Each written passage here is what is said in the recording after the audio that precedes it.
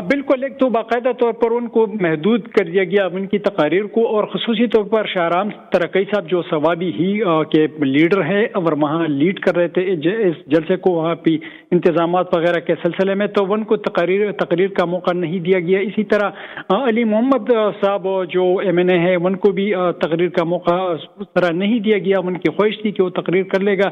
دیگر بھی خیبر پختونخوا کے جو مقامی MPs ہے یا لیڈر سمجھے جاتے ہیں یا پارٹی کے اہم عہدوں پہ فائز ہے، تو ان کو تقاریر کا موقع نہیں دیا گیا، اور خصوصی طور پر جیسے ہی ان کی تقاریر شروع تو کارکن واپس انہوں نے شروع کر دی، تو اسی وجہ سے کارکنوں کے جانے کی وجہ سے جو تقاریر تھی وہ انتہائی محدود اور مختصر کر دی گئی۔ سر جمیل، میں واپس آتا ہوں آپ کی طرف۔ اسحاق رانا صاحب، آج کا جلسہ سوابی میں بڑے دعوے تھے تحریک انصاف کے، پھر تحریک انصاف کا ایک واضح گروپ بھی موجود ہے وہاں KPK کے اندر۔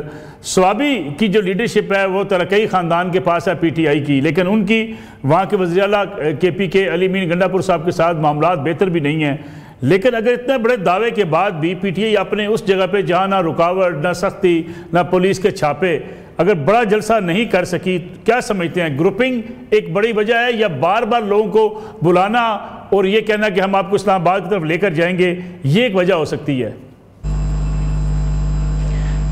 دیکھیں ملک صاحب، ایک تو بات یہ کہ عموماً پاکستان کی ہسٹری میں جو حکومتی سرپرستی میں جلسے ہوتے ہیں نا، وہ کوئی اتنے نہیں ہوتے، ماضی میں بھی اسی طرح ہوتا رہا۔ لیکن جو آج کا جلسہ تھا، ایکچولی آپ نے 2-3 چیزوں کی طرف بالکل درست نشاندہی کی۔ ایک تو یہ کہ سارا جو انہوں نے PTI نے اپنی ذمہ داری ہے وہ ڈال دی ہے KPK پہ، اور اس کے بعد ڈال دی ہے گنڈا پور صاحب پہ۔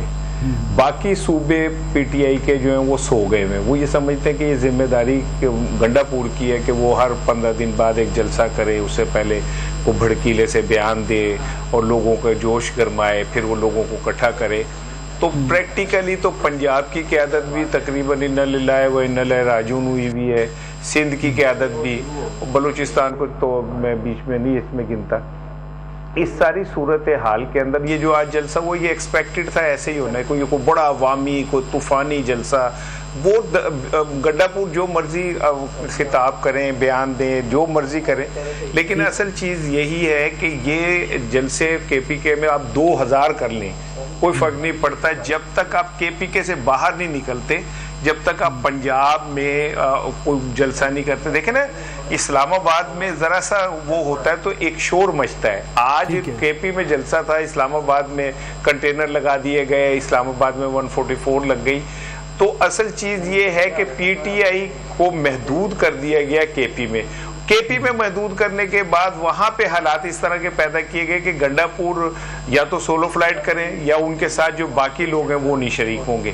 تو یہ ایسے ہی چلتا رہے گا until unless PTI کی باقی قیادت جو ہے پنجاب کی خصوصی طور پہ وہ سامنے نہیں آتی۔ اظہر جوید صاحب، آپ کی طرف آتا ہوں۔ آپ لندن میں بیٹھے ہیں، خاص طور پہ مسلم لیگ نواز کی اس وقت تو لیڈرشپ بھی لندن میں آئی، میاں نواز شریف بھی میڈیا لوگوں سے ملے۔ میاں نواز شریف ایکٹیو نہیں ہوئے، اگر اپوزیشن جو ہے اس وقت اس کی تحریک میں جان نہیں ہے، تو دوسری طرف میاں نواز شریف بھی ایکٹیو نہیں ہیں۔ مریم نواز صاحبہ بھی وہاں پہنچی ہیں، اپنے علاج کے لیے کہا جا رہا ہے۔ بعض لوگ کہتے ہیں کہ جی میاں صاحب اور مریم صاحبہ بھی چلیں گے۔ ایک پوری سوشل میڈیا پہ کمپین ہے کہ اب واپس نہیں آئیں گے، حالات اس طرف جا رہے ہیں۔ PTI اپنے کارکنوں کا لہو گرمانے کے لیے اس قسم کی باتیں کرتی رہتی ہے۔ میاں صاحب اور مریم صاحبہ دونوں اکٹھے پاکستان آ رہے ہیں؟ جی بہت شکریہ ملک صاحب۔ اس طرح کی باتیں تو ہم نے 2007 میں بھی سنی تھی، جب مشرف ڈکٹیٹر موجود تھا اور کہا جاتا تھا کہ میاں نواز شریف لندن سے نہیں آئیں گے، لیکن آپ نے دیکھا کہ وہ 9 سپتمبر کو اسلام آباد ایئرپورٹ پر لینڈ کیا اور انہیں زبردستی سعودی عرب بھیج دیا گیا۔ اس طرح کی باتیں ہم نے 2017 میں بھی سنی تھی، جب الیکشن سے پہلے کہا یہ گیا کہ اب بلکہ ان کو سزا بھی دے دی گئی، اور اس وقت ان کو یہ کہا گیا کہ اب تو یہ نہیں آئیں گے، ان کی بیٹی سمیت سزا دی گئی۔ لیکن ہم نے دیکھا کہ وہ نہ صرف آئے بلکہ اپنی بیٹی کے ساتھ وہ جیل گئے۔ اس طرح کی باتیں چلتی رہتی ہیں۔ دیکھیں یہ سیاسی نعرے ہیں، سیاسی اپنے ورکرز کو انگیج رکھنے کے لیے باتیں ہوتی ہیں۔ لیکن نواز شریف یہاں پہ موجود ہیں، اب گئے ہیں، وہ جنیوا میں موجود ہیں، ان کی صاحبزادی مریم نواز صاحبہ بھی وہاں پر وہ اپنے علاج کے لیے وہاں گئی ہیں۔ ان کا جو سرجری ہوئی تھی لاسٹ ایئر اس کا فالو اپ ہے۔ میاں نواز شریف صاحب کہتے ہیں ایکٹیو نہیں ہے۔ آپ دیکھیں ملک صاحب ایکٹیو کس چیز کے لیے؟ انہوں نے پچھلے 3 ہفتے میں 3 بار انہوں نے میڈیا سے بات کی ہے. امریکہ میں گئے, انہوں نے بڑی تفصیلاً انہوں نے بات کی. ان کا جو ورکرز کا اجلاس تھا تقریباً 20 منٹ تک وہ بات کی اور انہوں نے وہ بولے. اس کے بعد یہاں پہ لنڈن جب آئے وہ واپس امریکہ سے, انہوں نے جرنلسٹوں سے جو اپنے ان کے گھر کے باہر آئے ہوئے تھے ان سے انہوں نے بات کی. اس کے بعد میرے سے تقریباً 6 منٹ کی ان کی 1-to-1 ایکسکلوسیو بات ہوئی. انہوں نے اس پہ میڈیا میں بات کی. اس وقت میاں نواز شریف صاحب جو ہیں وہ پہلے بھی جو ہیں وہ بڑا ناپ تول کے بولتے ہیں, بہت کم بولتے ہیں.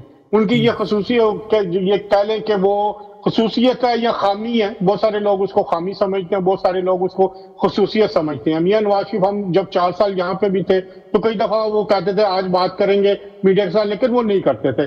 اب بات یہ کہ اب وہ حکومت ان کی ہے, ان کی جو صاحبزادی ہیں سب پنجاب پاکستان کے سب سے بڑے صوبے کی وزیر اعلیٰ ہیں. ان کے بھائی جو ہیں اس وقت وزیر اعظم ہے.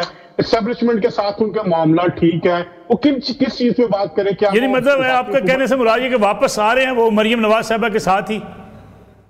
جی بالکل. ابھی اگلے ہفتے میاں نواز شریف اور مریم نواز صاحبہ واپس یہاں پہ لنڈن پہنچیں گے, اور میری اطلاعات کے مطابق 16 نومبر کو میاں نواز شریف واپس آ رہے ہیں. 5 دسمبر کو شریف فیملی کے اندر ایک شادی بھی ہے. میری اطلاعات کے مطابق حسین نواز صاحب کے جو بیٹے ہیں ان کی شادی لاہور میں 5 دسمبر کو ہے. تو اس سے پہلے بلکہ 16 نومبر کو میاں نواز شریف صاحب واپس بھی آئیں گے.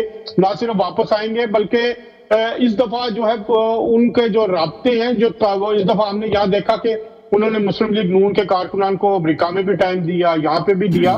تو اس دفعہ اب حالات تھوڑے سے قابو میں ان کے اکنامکلی. سب سے بڑا مسئلہ ان کا یہ کہنا ہے نواز شریف کا کہ معیشت کا مسئلہ ہے, مہنگائی کا مسئلہ ہے, اور اس کو حل کرنے کے لیے لگے ہوئے ہیں. تو میرا خیال ہے جو حالات ہیں آپ میرے سے زیادہ بہتر سمجھتے ہیں, اس وقت ٹوٹلی حکومت کنٹرول میں ہے, اور پی ٹی آئی کی آخری امید اس وقت ٹرمپ صاحب بن گئے ہیں. اور ٹرمپ اگر کچھ مداخلت کریں جو ان کے پی ٹی آئی کے جو بات ہوتی ہے لوگوں سے, تو پھر کچھ معاملات بہتر ہو سکتے ہیں.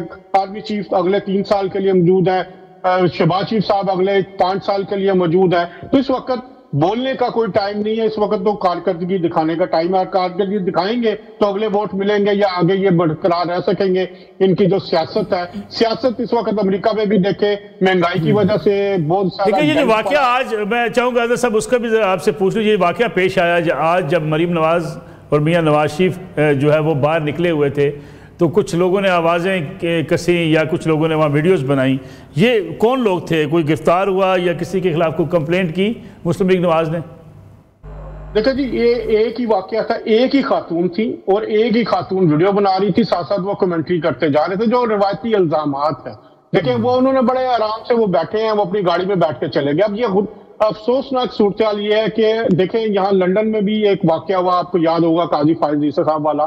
اس کے خطاب کے موقع پر پی ٹی آئی کے لوگوں نے مظاہرہ کیا. بڑا اچھا مظاہرہ تھا, 50 60 70 لوگ تھے, ان کی قیادت موجود تھی. انہوں نے ایک اپنا جمہوری حق استعمال کیا. لیکن اس کے بعد جو واقعہ ہوا کہ جب وہ 10 15 20 لوگوں نے باہر نکلتے ہوئے قاضی فائز عیسی کی گاڑی پر مکے مارے, انہیں روکنے کی کوشش کی, وہ ایک افسوسناک واقعہ کہ تشدد کا عمل جو ہے وہ اس میں واضح ہوتے نظر آ رہا ہے. آج کا واقعہ بھی اسی طرح کا, ایک بندہ تھا, ایک بندی تھی صرف, جس نے وہ ویڈیو بنا کے وائرل کرنے کے لیے. یہ بہت سارا یہاں پہ بھی دیکھا ہے کہ سوشل میڈیا پہ آنے کے لیے بہت سارے لوگ تحریک انصاف کو بھی بدنام کر رہے ہیں, تشدد کا عنصر لا کے, اور اس طرح ایک بدمزگی پیدا ہوتی ہے. اس طرح کے واقعات آپ نے پہلے مریم اورنگزیب صاحبہ کے ساتھ دیکھے, اور بھی لوگ اس طرح کے واقعات ہوتے ہیں. ٹھیک ہے عبداللہ گل صاحب, آج جو کچھ سٹیٹمنٹ بھی آئی آج پی ٹی آئی کے ٹویٹ سے, عمران خان صاحب کے ٹویٹ سے, کہ فوج کے ہم خلاف نہیں ہیں, ادارے کے خلاف نہیں ہیں, لیکن 10 سال کے لیے اگر پلان کیا جا رہا ہے کسی کو رکھنے کے لیے تو اس پہ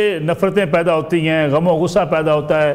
ایک طرف پاکستان تحریک انصاف جو ہے وہ فوج کے ساتھ بات چیت کی بھی حامی ہے, دوسری طرف تنقید بھی کی جاتی ہے. کوئی راستہ ایسا نکلتا ہوا آپ کا نظر آتا ہے کہ کہیں بات چیت ہو سکتی ہے؟ پھر آرمی چیف پر تنقید کرنا, فوج کو کہنا کہ وہ ہمارے جو ہے وہ ٹارگٹ نہیں ہے, نہ فوجی ادارہ جو ہے ہم اس پہ تنقید کرتے ہیں. بسم اللہ الرحمن الرحیم. ملک صاحب بہت بہت مہربانی. سب سے پہلے تو میں ظاہر ہے آج سلام پیش کروں گا ان شہداء کو جنہوں نے اپنے ہمارے مستقبل کے لیے, قوم کے مستقبل کے لیے اپنے آج قربان کیا, اور جو زخمی ہیں ان کے لیے دعا گو ہوں. جہاں تک آپ کا سوال کا تعلق ہے, دیکھیں ایک بات بڑی واضح ہے. چلیں جنرل باجوہ صاحب کے حوالے سے آپ نے جو بھی کیا, اپنا نیریٹو بنایا, گو کہ وہ بھی جھوٹ کے اوپر مبنی تھا. لیکن جب جنرل عاصم منیر صاحب آئے